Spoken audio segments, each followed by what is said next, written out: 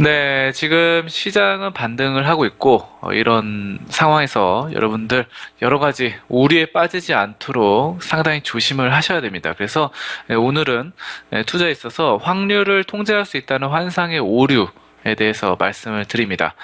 자, 그래서 이 투자를 하다 보면은 자신이 이제 뭐 투자의 신이 된 것 마냥 또 내가 모든 것을 통제할 수 있을 것 같은 그런 느낌이 들 때가 있어요. 그래서 내가 뭘 찍어도 잘 될 거야라는 그런 자신감이 생기긴 합니다.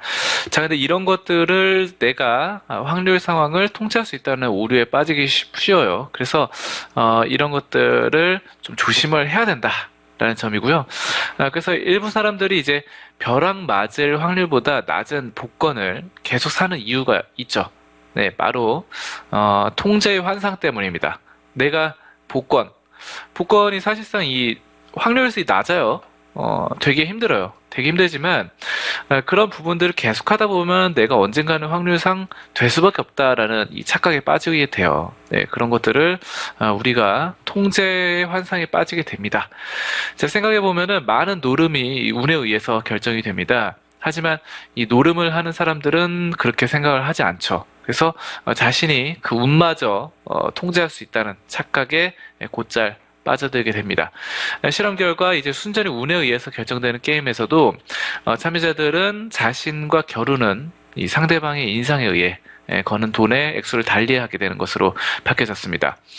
자, 카드를 뒤집어서 둘 중에 높은 숫자가 나오는 사람이 이기는 간단한 게임을 하는 실험에 참여한 사람들이 상대방은 이제 말쑥하고 날카롭게 보이면은 걸써 있는 돈의 25달러 중에서 9.28달러를 그리고 상대방이 멍청해 보이면은 16달러를 거는 것으로 나타났어요. 이것이 상대방을 외모로 판단하고 바로 게임을 한다라는 것이죠. 그래서 그런 것들 우리가 아실 수가 있어요. 그래서 인상에 의해서 또 자신이 확률을 통제할 수 있다. 상대방의 외모를 보고 내가 나의 게임을 조종할 수 있다라는 점을 우리가 착각을 하곤 해요. 그런 것들 상당히 중요한 거고요. 그래서 이런 것들이 좀 오류에 빠질 수 있다는 것들 참 유의를 하셔야 됩니다. 그래서 또 상대방이 이제 상황에 따라서 상황이 바뀐다라는 점 오류에 빠지고요. 실제 시장은 똑같아요. 항상 오르든 떨어지든 항상 비슷하게 흘러갑니다. 자, 그런 점도 보시면 되겠고 사람들은 이제 제비 뽑기를 할 때에도 자신이 직접 뽑은 것과 다른 사람이 뽑아서 준 걸 받았을 때 각기 다른 확률을 다르게 평가하는 것으로 나타났습니다. 그래서 물론 이 자신이 직접 뽑은 것에 훨씬 높은 확률을 당첨 확률을 부여했습니다. 이런 것도 이제 확률을 통제할 수 있다는 환상이 있는 거죠. 복권을 사서 매번 당첨되지 못하면은 그 다음에 당첨될 확률이 높아질 것이라는 잘못된 기대를 하는 것이에요. 그래서 또 로또를 이 통계 과학으로 보는 것 모두 이런 오류에서 기인을 하게 됩니다. 자, 그래서 예전에 이제 이런 것들이 뭐 신문에도 실리기도 했고요. 이런 여러 가지 또 기록, 논문 이런 것들이 굉장히 많이 있습니다, 여러분들. 그래서 우리가 어떻게 보면은 여기서 이제 확률 오류를 제가 말씀드린 이유가 있어요. 투자를 함에 있어서 이것이 100% 정확한 거 없죠? 100% 올라간다. 이런 건 없어요. 그렇기 때문에 여러분들이 분산 투자를 하는 거고 또 분할 매수를 하는 거죠. 그래서 확률상 높으면 투자를 하게 됩니다. 그래서 확률이 만약에 60%다, 70%다. 이러면 과감하게 투자를 할 수 있겠죠. 내가 돈을 벌 수 있는 확률 70% 이상.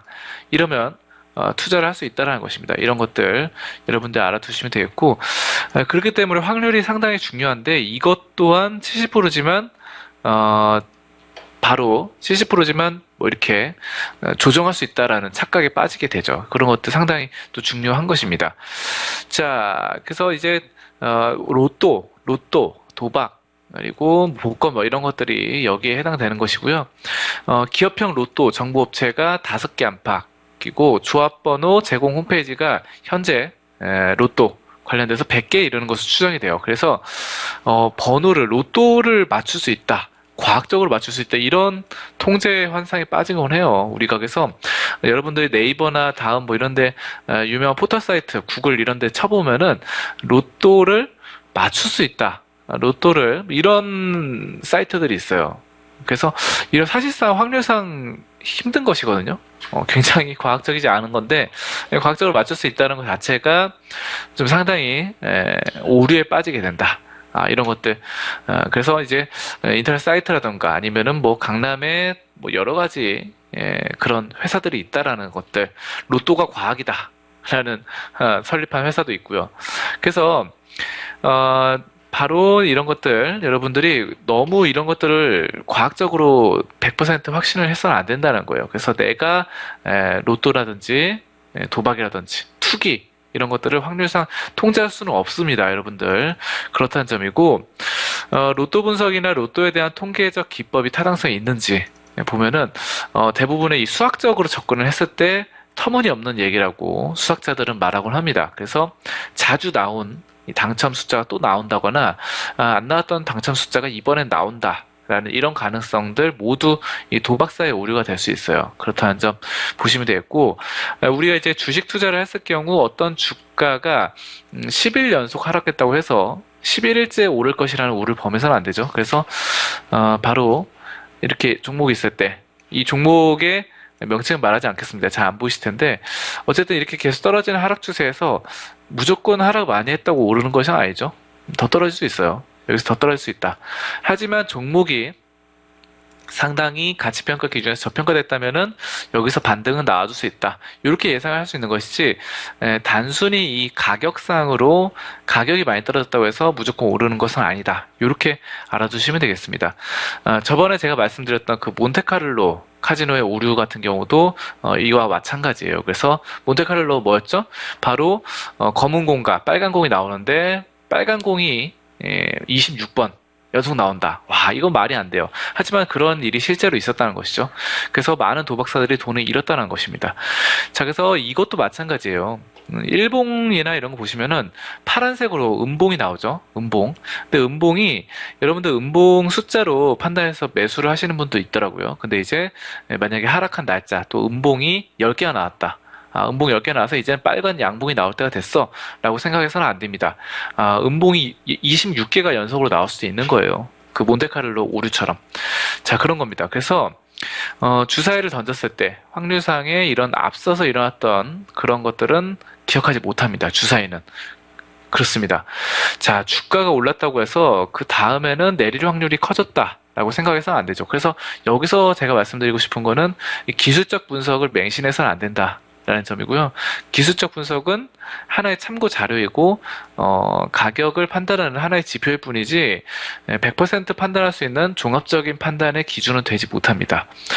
자, 그래서 우리가 또 이런 점도 볼 수 있겠고 또 추세 정도는 판단할 수 있죠. 추세 정도는 참고 자료로 보조상 판단을 해볼 수 있다. 라는 점이고 사실상 추세가 중요할 때가 있어요. 주가가 이제 한번 오르기 시작하면은 계속해서 그 힘이 느껴지면 계속해서 올라가는 것이 또 추세가 되겠고 단기적으로 추세 예측하기 힘듭니다.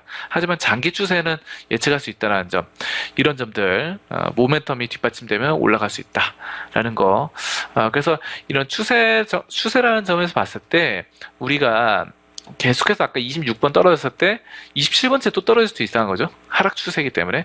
그래서 추세가 전환이 일어나는 그 변곡점 시점을 찾아야 됩니다. 변곡점. 변곡점을 찾지 못하면 다 말짱 헛거예요. 그래서 우리가 이런 이격도라던가 아니면은 이동평균선을 보는 이유가 바로 골든크로스가 나오는 변곡점을 찾기 위한 것이죠. 그렇습니다. 자, 그래서 단순히 떨어졌으니까 오를 것이다라는 또 이런 작용 반작용의 법칙만 믿어서도 안 되죠. 저는 개인적으로 뭐 작용 반작용의 법칙을 어느 정도 신뢰를 하는 사람입니다. 하지만 그것을 100% 믿어서는 안 된다는 것이죠. 그것이 바로 확률을 통제할 수 있다는 환상에 빠지게 된다는 것입니다. 그래서 또 이런 것들 작용 반작용의 법칙이 있긴 하되 많이 작용했을 때 그 반사작용으로 튀어오른다는 것이죠. 자, 이런 거 있긴 하지만 종목 자체의 심도 있는 분석을 통해서 종목이 자체가 내재 가치가 어느 정도인지 이런 것들을 통해서 이제 주가의 향방을 종합적으로 맞춰가야 되는 거예요.